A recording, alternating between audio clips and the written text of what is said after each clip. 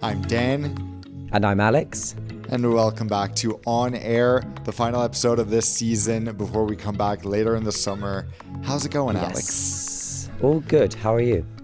I am great. I was very excited to enjoy a Swedish summer until I realized that it is 15 degrees and rainy every single day. And it reminded me why I'm not a huge proponent. As much as I love summer in Scandinavia, I also think it's very risky. So I generally just advise people, unless Scandinavia is like your dream destination for some reason, don't risk it because the weather, you'll never know if it will be good.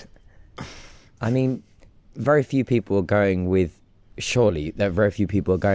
whole kind of beach holiday thing in mind, but instead it's about the nature and the hiking and maybe even the northern lights. And they're putting on quite a display this week, by the way. I don't know if you saw. Really? So it's one of those solar storms, and it can be seen in really kind of real southern areas across, stretching from almost middle America, and then if you kind of draw a line across the globe right through. So it was most visible earlier this week, but that's set to continue over the next few days, and it's usually after midnight. Again, difficult if there's light pollution to see with the naked eye, but the iPhone can definitely see it. I saw it last night. Wow. In the UK? Yeah, it's visible in the UK. Actually, it's been visible across most of Europe, at least kind of, let's say, from Madrid and above. And that's, again, because of that solar storm. We had that last year, Dan, in May, where people were seeing it right across Canada and also different parts of the US. So it's an interesting one. And also keep an eye out if you're flying, because some great views. Another reason to keep that window shade open, as we always preach about. Yeah, 100%. I mean, just when it comes to Scandinavia, I think people are going for the outdoors and all that. So when the weather isn't great, it's not really worth going. But it is summer. True. It's the first week of June. What is going on in aviation? Quite a bit. I mean, there's some stuff I want to talk to you about that's happening in the Maldives in relation to their new terminal. And you are my go-to Maldives kind of, not just guide, but source of info, because you do travel there pretty frequently, way more frequently than anyone else I know. You know many of the islands really well, and I know that news about the new terminal will matter to you. Also happening this week is the IATA AGM, so we can touch on that in a bit. But what's happening in that second home of yours that other people call paradise? Second home, not quite, but the Maldives. So obviously, the Maldives has become an increasingly popular destination in the past decade. With every year, more and more airlines are flying there.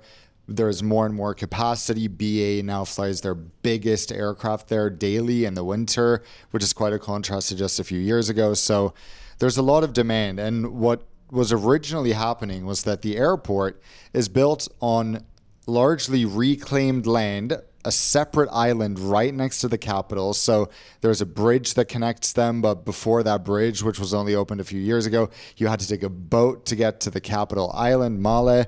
But this airport was the Maldives are literally little sandbanks that are at most 2 meters above sea level. So originally there was one runway which you would taxi up and down. It would take ages for each aircraft to vacate the runway after landing, for example. So it was just incredibly inefficient. And thankfully, in 2020, the end of 2023, they opened their new runway, which you might wonder, how do you open a new runway when there is no space to open it on? They basically, they just crammed it in wherever they could, right next to the existing runway, and that existing runway was turned into a taxiway, which was a game changer, because if you flew into the Maldives in 2022, for example, when travel was really picking up there post-COVID, you probably experienced what I and thousands of other people experienced, that you would have been in a holding pattern, circling and circling before landing for potentially an hour sometimes, because the airport was so congested. So the fact they opened the new taxiway was already a game changer, because there was no more holding. Aircraft could land one after another and take off one after another. So delays at the airport have reduced significantly. But there are still only bus gates at the airport.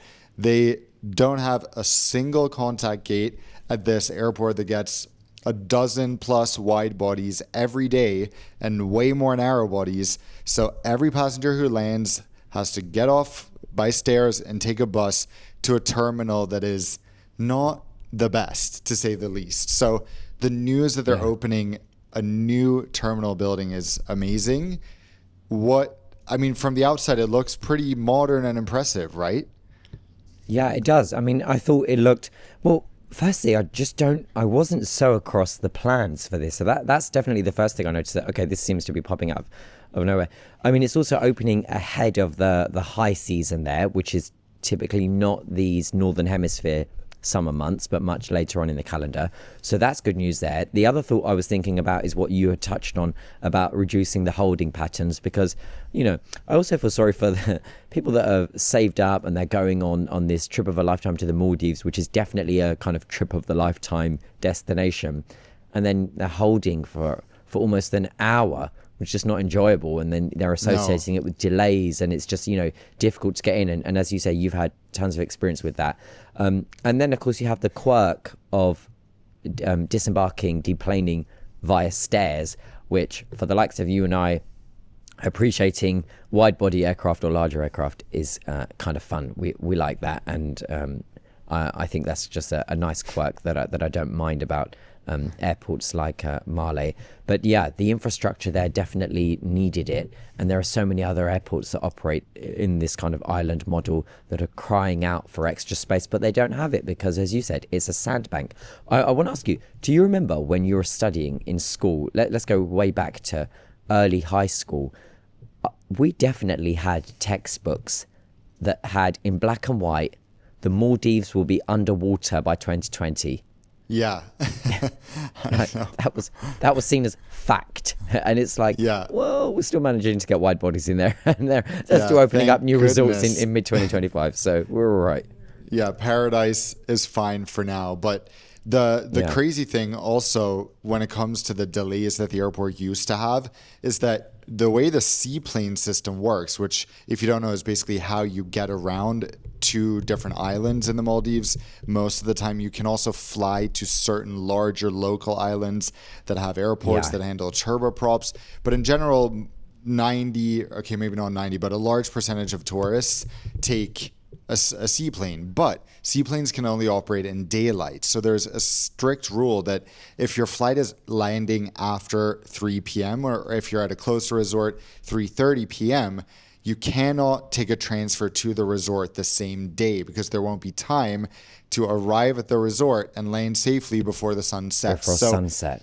What if you're on a flight, for example, at least Emirates and Qatar, two of the biggest airlines to the Maldives, have flights that are scheduled to land right around that cutoff point at 3 p.m. I think specifically Emirates has a flight that lands at 2:55 p.m. just to get under that cutoff. So what happened in those days when people were circling and suddenly you missed that cutoff, and then you lose a night that you're paying $1,000, $2,000 for at your resort? That's not good. Not to mention that there aren't really any luxury hotels in the capital, and most people are going to these uber luxury resorts. So anyway, when you have all that context and when you think about the fact that the Maldives relies so heavily on tourism at hotels that are charging some of the highest rates in the world, when you see that airport, it does not reflect that whatsoever. It is like landing in a little village in some, developing countries. So there's a lot of improvement that can be made. The problem is that this new flashy terminal, which I've been seeing for years landing in the Maldives, has just had delay upon delay. It's giving Berlin Brandenburg, because when I was there in December, when we arrived in the beginning of December, they said, oh, it's opening in a few days. We went, oh, that's awesome. Can't wait to try it when we fly out. Then when we left, they're like, oh no, they pushed it forward 2 months, so to February. And now, of course, we're in June, and they say it's going to open on July 26th, which I think is the Maldives National Day, or it's coinciding with some special occasion. So I do not trust that whatsoever, because I literally heard it's opening in a few days when I was there. But for sure this will be a game changer for people traveling to and from the country to have a terminal that hopefully matches the comfort and the beauty of the rest of the country. So let's keep our fingers crossed that it's July 26th when we finally have everything we need from Malé Airport. For anyone that hasn't been to the Maldives, can you explain the concept of, and I admit I first discovered this through one of your videos ages ago, of when you, for example, arrive on a commercial flight and then you are going to another island via the seaplanes, which, as you said, is kind of the most common way to move around, and they're very expensive, these tickets on these trans-Maldivian little seaplane shuttles. Am I correct in saying that sometimes you have to wait for that seaplane, although it was scheduled to leave at, let's say, 11 in the morning, you have to wait for it to fill up if there are not sufficient number of passengers for it to ready to go? Is that correct? So there is actually no seaplane schedule. It's not like a scheduled departure to your resort. Your hotel knows when you arrive, and then how it works is that they look at, okay, what direction are you flying? They know your intended landing time. So you're right that they wait for the plane to fill up, but usually it's just with people going in your general direction. So I've never had to wait. But how it works is that in arrivals, Arrivals looks unlike any other place in the whole world, because you get out of customs and you're greeted by like 100 outdoor hotel stands, and behind them you see the crystal clear water of the Maldives. It's like, wow, we're here. So you go and find your hotel, and then you inform them, you give them your passport, they check you in for your hotel stay, and then they walk you to, depending on which airline you're flying, it can be Trans-Maldivian or Malé Air are the two main options. And then certain hotels like Four Seasons and Soneva have their own planes. So I haven't experienced those, but most people are going by Trans-Maldivian or Malta. So you go to their check-in desks. It's like a normal airline check-in, but it's right there among the hotel desks.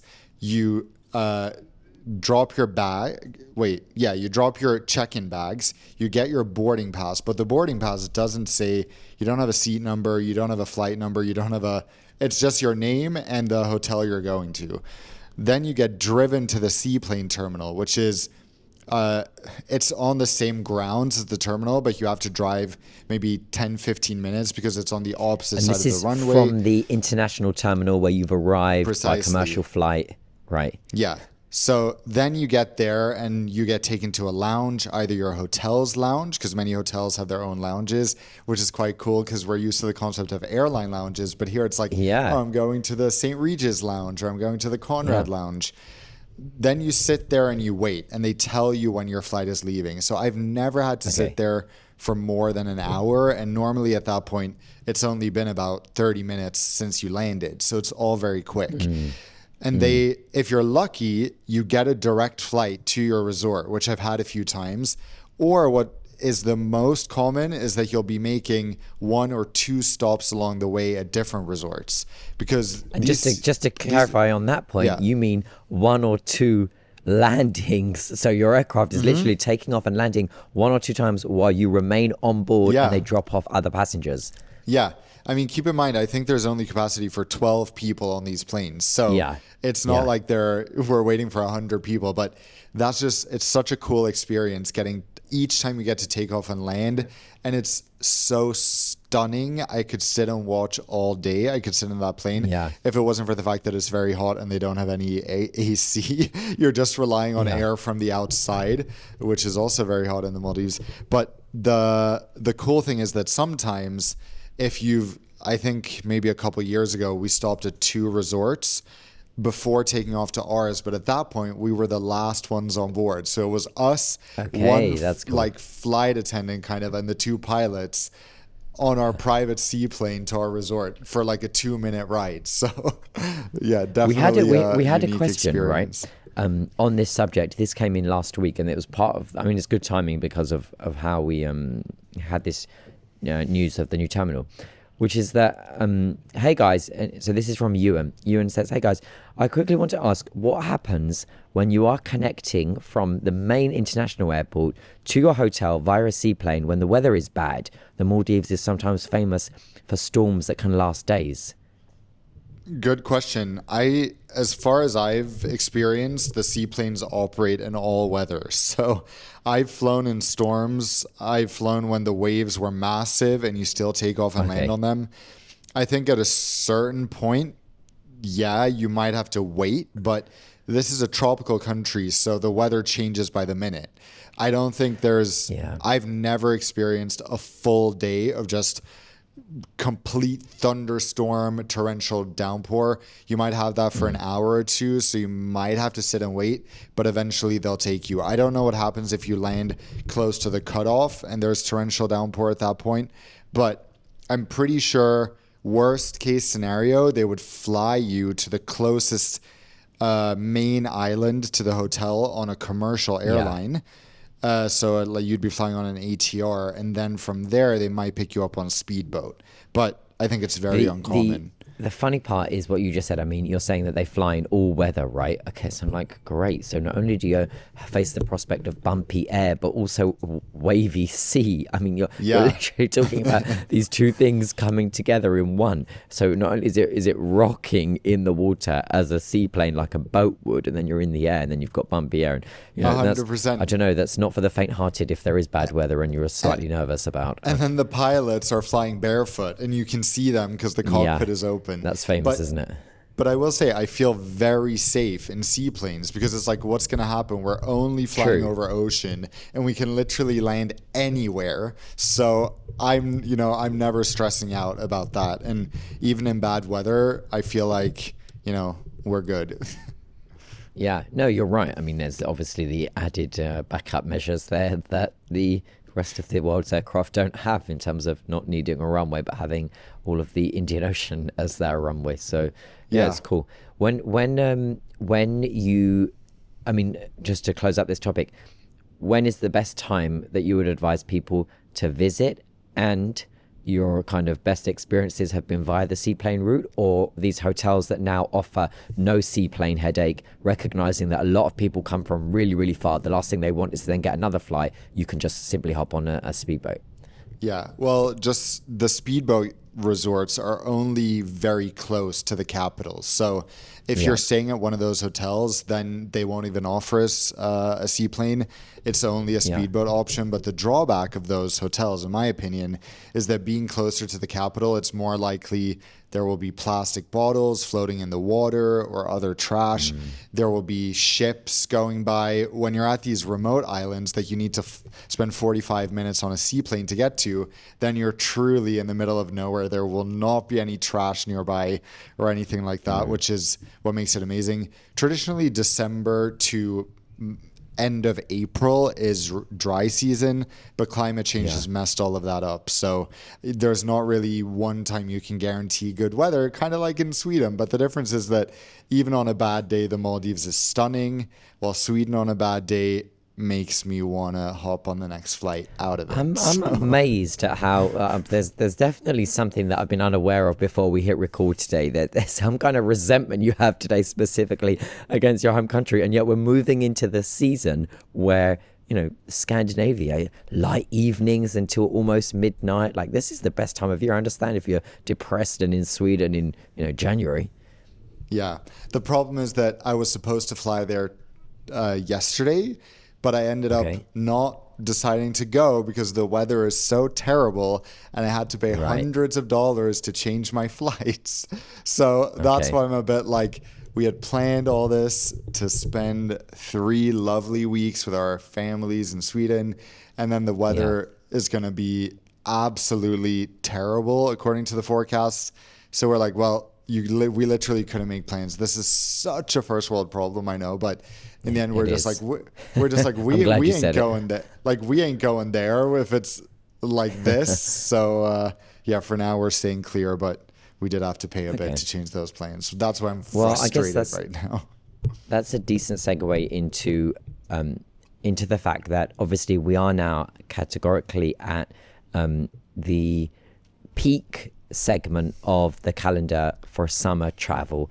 So most summer travel globally in the Northern Hemisphere summer will take off now between right now, the beginning of June, and the end of August. This is when the most people will be traveling throughout the calendar year, and including that massive demographic of people that aren't traveling the rest of the year, but are traveling for a summer break between June and the end of August. So this is now peak period for airlines. This is where most airlines will make most of their money, and hopefully for airlines, not just revenue, but their profit during the next 12 weeks. It's when schools across much of the Northern Hemisphere will take some time off, either earlier or later, or sometimes stretching all of it, which adds to the demographic of people flying. And as I said, it's when many of our listeners will be traveling, and perhaps they haven't traveled earlier this year and maybe won't later this year, but will be traveling this period. And so we are go. I have been speaking to airlines to discuss how they're preparing for this summer travel period now, and also if they're confident on how smooth it's going to play out. Because if you remember how disruptive 2022 was, that was the big comeback from COVID, and there was literally no staff to enable that comeback, and it was chaos. 2023 was a little bit better. 2024 summer, very, very smooth and very profitable for airlines, and airlines are hoping to build on that this summer. What has been your experience so far? I mean, already as I've been traveling to different places, mostly actually just for day trips for work, the airports are noticeably busier. There are kids about now. There are countries that have already broken up for the long summer period. Those queues are longer. The aircraft are just that bit busier. And then it's interesting to see how this is all being managed. What do you think? What have you seen? Well, I haven't been at an airport for the past 10 days or so, and then it was, I guess, quite normal. Yeah, I know 10 days for me is crazy, right? But then it was quite normal. But I will say that trying to find award seats for going back to Sweden has been tricky. And I don't want to keep harping on about this, but I've realized that, interestingly, over the past couple of years, the connections to Gothenburg have gotten so much worse, which is weird because in summer, I always expect 5 daily flights on Lufthansa, 4 daily flights on BA, which is what we had some years. But now I'm wondering where the capacity is shifting or what's going on, because there really is not that much capacity. And that means that prices are crazy. So I was looking at connecting through Amsterdam, and KLM, the coming week from Amsterdam to Gothenburg in economy class was over $350 per person one way for a 1 hour flight on every frequency every single day, which tells me we're in summer, because those prices are highway robbery. Yeah, no, you're right. I mean, just a quick, the IATA AGM that's happening now, some of the airline chiefs have commented on this summer. And the expectation is that, yes, fares are slightly higher than last year, with no real obvious reason as to why, apart from the blame game. The T word is being thrown about, tariffs, as we've warned, and as we had previously warned would happen, despite the fact that tariffs are not having a direct impact on airfares in most markets just yet, but it's being used to justify putting up those prices. There is, of course, the supply chain issues in that airlines have struggled to take deliveries, something we've also covered extensively. And as a result, there are fewer frequencies than some airlines would like or to have been able to operate. And if they don't have the luxury of wide-body aircraft, then it means smaller aircraft are filling up faster. Now, what does that mean? It means that typically where an airline would be able to offer an additional flight to popular summer destinations, Italy, Greece, Spain, where they are not able to because they don't have that extra capacity and the aircraft that they do have on those routes are filling up faster, only the highest fares are becoming available to passengers, having it seem like fares are higher this year because of those constraints that we just mentioned. On top of that, we do have the usual European air traffic control issues, and we also have immense air traffic control issues in the United States. Nobody needs us to go too much into details to the shit show of Newark right now, and United having to ultimately cull so much of its schedule. We've got strikes in Finland. Finnair coming every day into my inbox announcing another wave of cancellations. So bit disruptive there as well. So there's kind of these usual factors that people have to be aware of in this period. And then you have the fact that our skies haven't been modernized year after year. They speak about how we need better airspace management. We need to change routings. We need to ensure that we're flying in the most efficient way possible. And it's just another summer where, guess what? None of that has happened.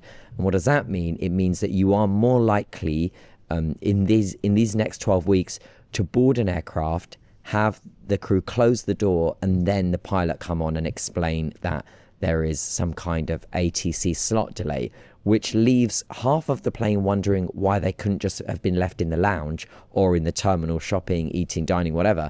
And the other half kind of probably frustrated at the fact that there's a delay in the first place. The quick reasoning for that is that when these slot delays happen this summer, it is faster for the flight crew to be able to up the chances of reducing the delay if the aircraft is ready to go. Door shut, everything ready to go, cabin secured, and ready to push back and taxi. And started to see evidence of this over the last weekend. That was partly to do with the end of the May half term. And I think, as is standard in summer, it's something that people should keep an open mind about going forward. The only real kind of tip and trick I think we have there, Dan, is that those early wave of flights that leave the departure hubs between 6 a.m. and 8 a.m.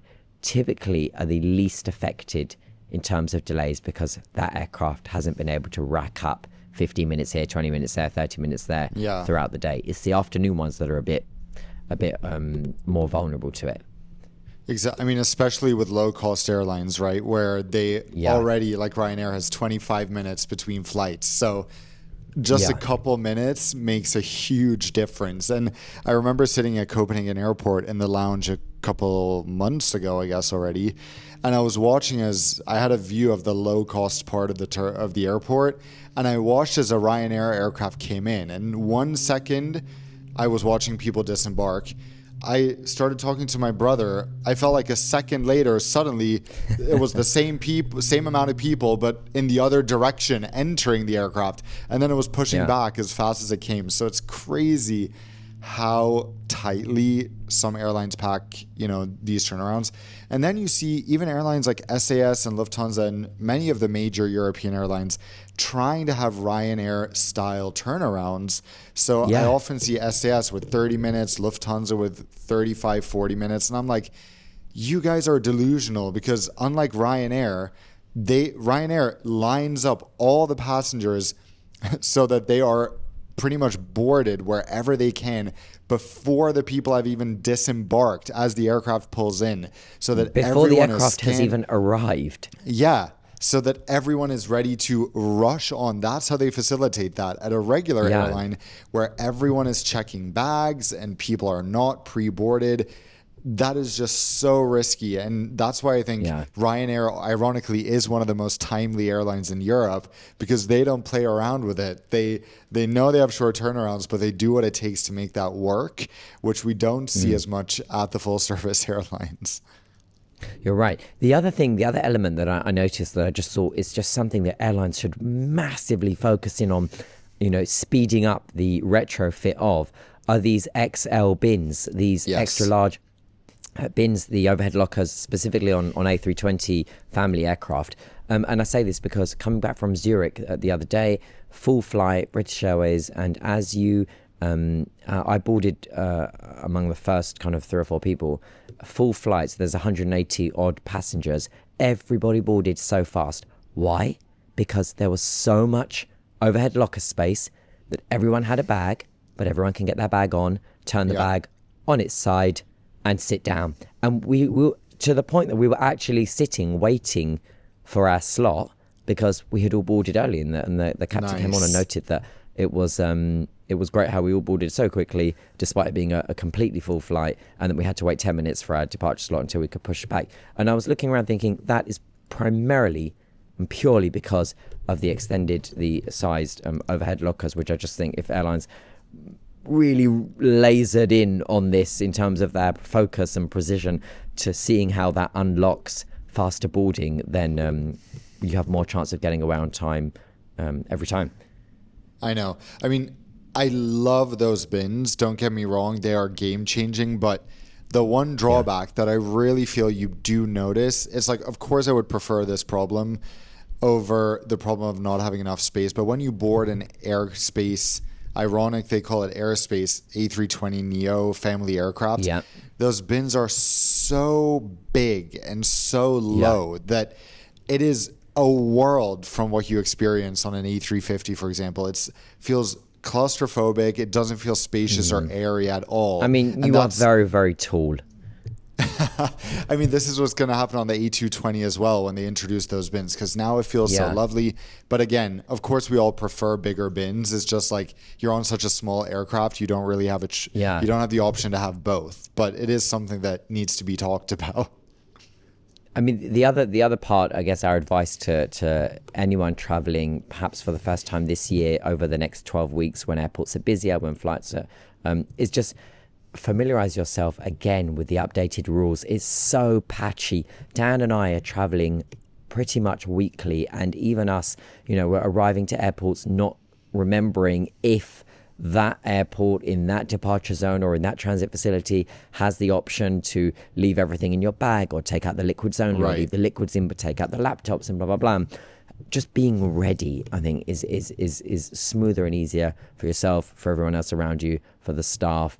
And for the staff, I hope that they remember that shouting and barking at passengers it doesn't have them communicate any clearer. In fact, it makes the whole thing worse. And instead, just, passengers doing their bit by being ready, and staff members at security just being conscious of the fact that if passengers are not understanding English, that's, quite understandable given it's an airport and they're probably flying, somewhere else. Communication is key. Calm, clear, and hopefully everyone can be on their way as swift as possible.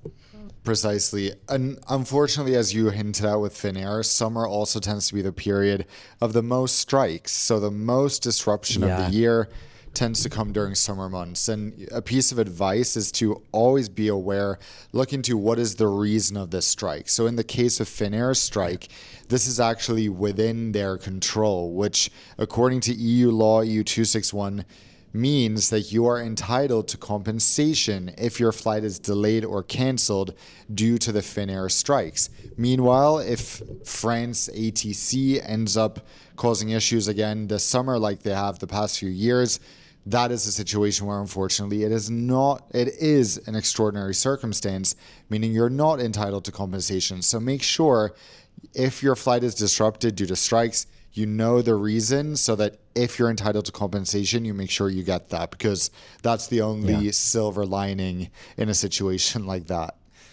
Yeah, no, you're absolutely right.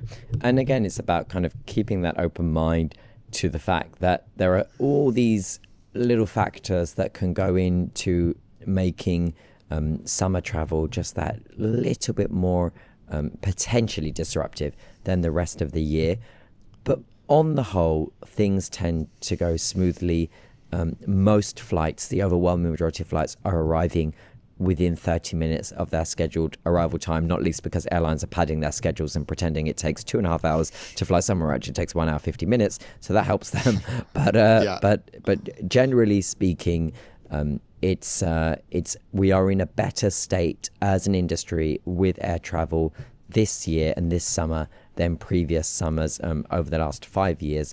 And airline chiefs that I've spoken with are quite confident that this will be that they'll be able to deliver the schedules that they have sold, most importantly, because that wasn't the case a few years ago, and that delivering on that, they'll be able to get passengers to where they need to be, reconnecting loved ones, families, relatives, summer holidays, all that, while bringing in revenue and hopefully building on the profits for airlines, for them to later invest in nice new cabins and aircraft for us, the passengers, unless, of course, they're Aegean, where they don't reinvest anything. They just kind of stare at their full bank account. Amen. Exactly. And, one thing we've been harping on about all year is demand to the US? How is it being impacted? And I watched an interview with Etihad CEO Antonio Neves a few days ago, which was very interesting because he was saying that people might notice the prices to the US are lower this summer in general. You might not see it in your search, but their data suggests the rates are lower in general this summer than past years. But according to him, this has nothing to do with demand. It's the fact that capacity is at its highest level on transatlantic flights. So there's more competition driving prices down. It's not demand still. So that's an interesting little note there. It's definitely an interesting take, and it's true of much of the global state of play in how capacity has returned this year from so many other airlines that had their aircraft parked or used elsewhere, now returning to those markets with bigger aircraft, not least the Chinese, who are offering fares on Chinese carriers. I was looking last night, Singapore to London via Shanghai, £249. That's wild. Crazy. It is much cheaper to come back from Singapore via Shanghai to London with a Chinese carrier, and these Chinese airlines are operating state-of-the-art A350s, they're operating new cabins, 787 Dreamliners and so on. That's cheaper than, for example, if I wanted to fly to Frankfurt this morning for a meeting, that was going to set me back about €600 from London City. Exactly. I'm just looking here at London to New York as an example. Obviously, the most profitable transatlantic route, the most profitable route in the world. And we do have one low-cost airline serving this market direct, obviously North Atlantic. And it's just crazy when we talk about why it's so difficult for low-cost long-haul airlines to survive. This is the thing, that if you look at the pricing here if you compare different airlines, I'm checking the middle of July, so really the peak of the peak. On this date, North Atlantic charges $490 round trip, and that's their lowest fare, nothing included, no meal. I don't even know if they include a second hand carry-on bag, but really the lowest. We're talking low cost. So $490. Then we have the likes of British Airways, Delta, United coming in at $520. So $30 more to fly a full service airline that gives you food and all this. And honestly, this price for peak summer, I really think is crazy good for a direct flight from London to New York on all of these airlines. Yeah, no, you're absolutely right. There are definitely deals out there, and yes, as we had touched on, fares can seem higher to some markets. That's not the case across the board, and there's not this kind of key reason as well. Tariffs are not massively impacting fares globally or even across Europe and the US. Everything is patchy and kind of has its own story to tell as to why it's either up or down, and that's why Dan and I are here to help you navigate that. And we're also open to any of your questions via DMs if you are traveling this summer or you need assistance with that, as always, on our shared Instagram at on Alex, at on air with Dan and Alex. And with that, we will move to Q&A. Let's do it. If you ever stay at luxury hotels, whether or not you have status at those hotel chains, I recommend going to nonstopdan.com/hotels to check out booking your future luxury hotel stays there. Because by booking through a travel advisor like us, you will get a bunch of more benefits at luxury hotels, like daily breakfast for two, room upgrades subject to availability, early check-in and late checkout, a $100 property credit or food and beverage credit, a welcome amenity, VIP status at the hotel, and if you already have status, this will give you even higher priority for upgrades. In fact, people booking through travel advisors get the highest priority for upgrades at hotels. So once again, go to nonstopdan.com/hotels to book your next luxury hotel stay. Okay, so I've got this question here from Joe. He says, hello, Alex, a question for the podcast, and that he's also asked you this, Dan. He says that I saw on Cathay Pacific hiring that they have a post for hiring engineers in Beijing and Shanghai. I just wanted to ask if there are aircraft mechanics in outstations, what do they do? Why are they there in outstations? And why are there managers and operations staff in outstations too? Thank you. The best podcast ever. Keep it up. Hope you can make it twice weekly. That's a very kind joke. Aww. So let's get to some of these questions specifically. So why are there aircraft mechanics in outstations? Very simple answer. That's because aircraft require maintenance sometimes at the other end, not just at their hub.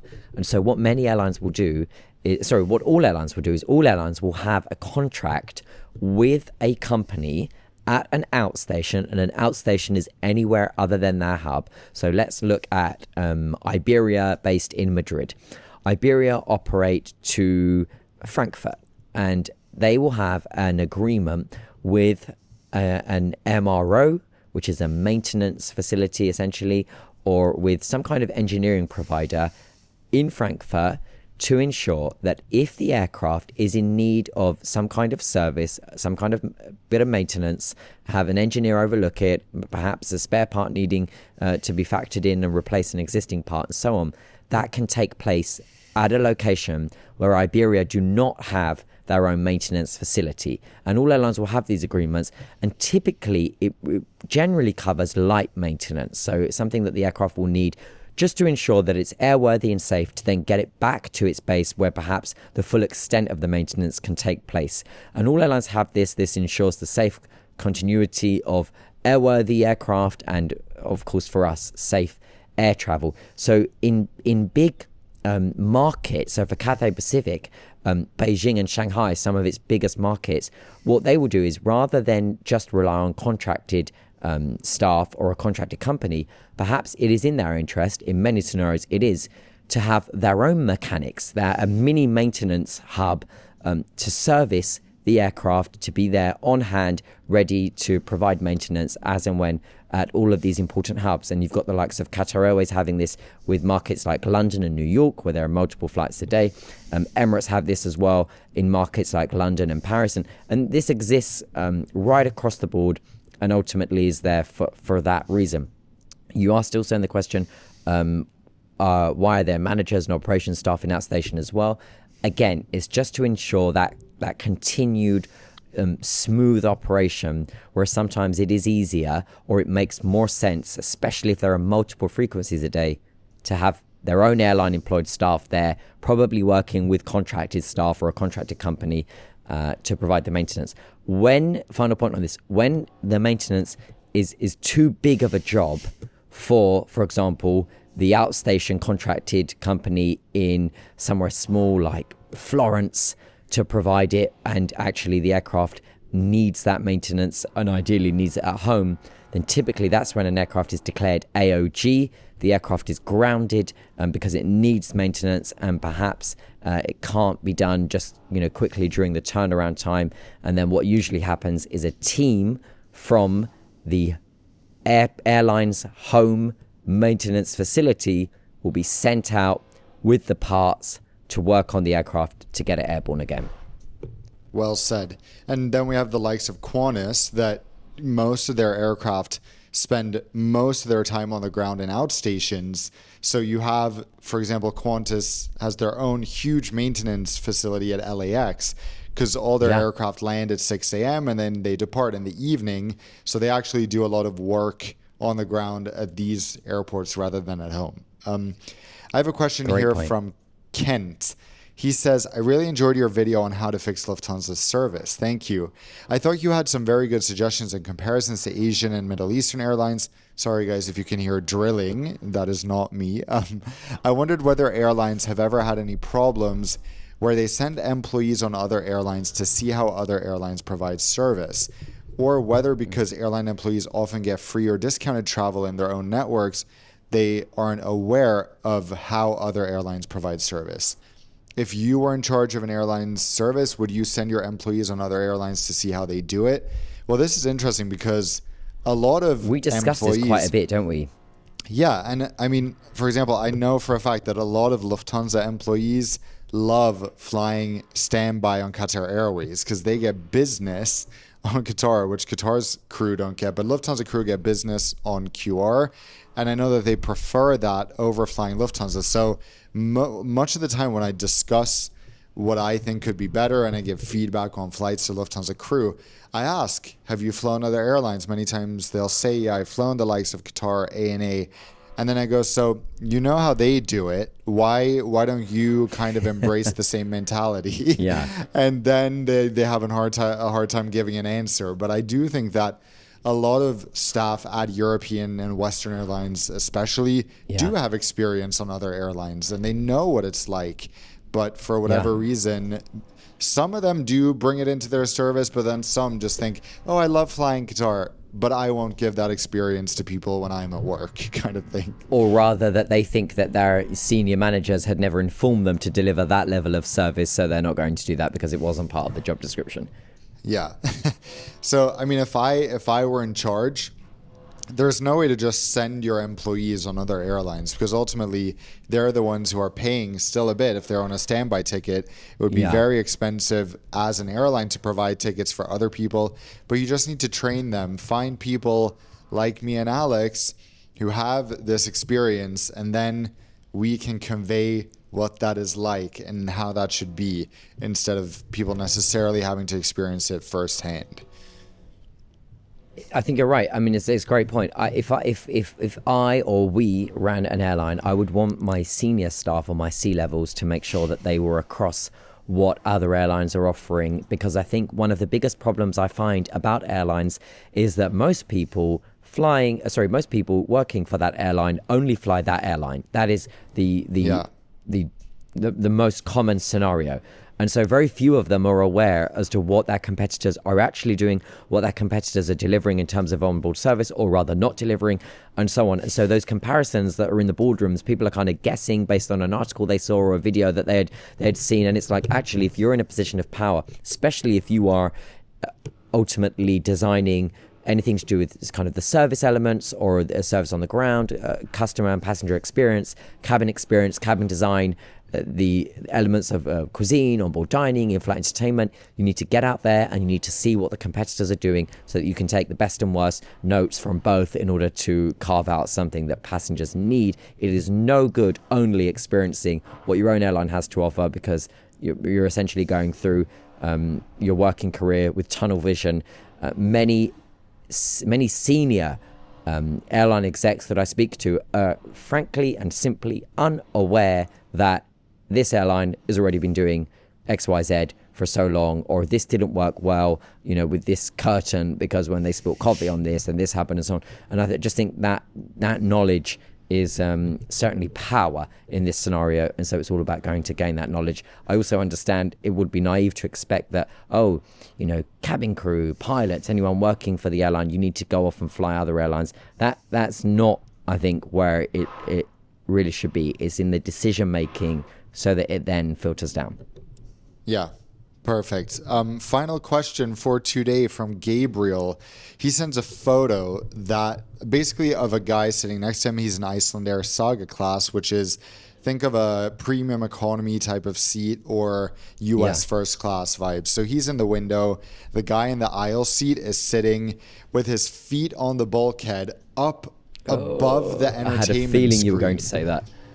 Luckily, at least he has socks on, but his shoes are off.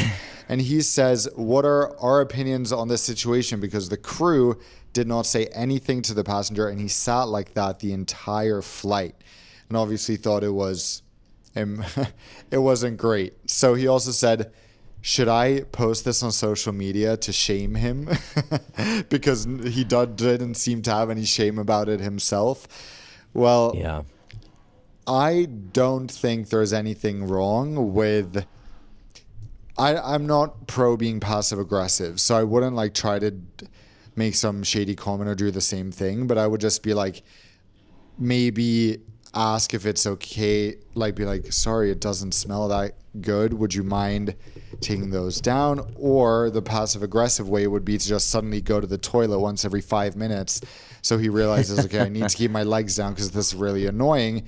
or you tell the crew and you perhaps ask them and say it's bothering you. But I'm not pro shaming people on social media, so I don't know if I'd go that far. Yeah, I know what you mean. No, I kind of agree there. It's just unpleasant, and I think it's just also bad manners. I think it's poor manners in the same way that you wouldn't put your feet up on the seat in front of you, perhaps on a train or in the car or whatever. I just don't think they should be on the bulkhead either. It's not a footrest, it's a bulkhead. It's just, you know, that's just the fact. It's not a footrest, it's a bulkhead. So can we just keep it as a bulkhead, please? And thanks. Exactly. So, guys, we are going to take a little bit of vacation now. We've been, working on this every week. I sit down and diligently edit, and now it's going to be nice we love coming every week, but I think that we can make the podcast as good and potent as possible if we also take a few breaks now and then. And, we've been going for almost 2 years, with our longest break being about 2 weeks. So we will keep you guys updated, as always, on our Instagram, On Air with Dan and Alex, and on our personal accounts, so you know when we'll be back with On Air weekly. And we hope you have an amazing summer. You can DM us, as Alex said, if you have questions on our personal accounts or on the shared account, and we'll try to answer those throughout, June. And we will see you soon on air. Yes, looking forward to reuniting and returning with a fresh season later on in the summer. Dan, have a good break.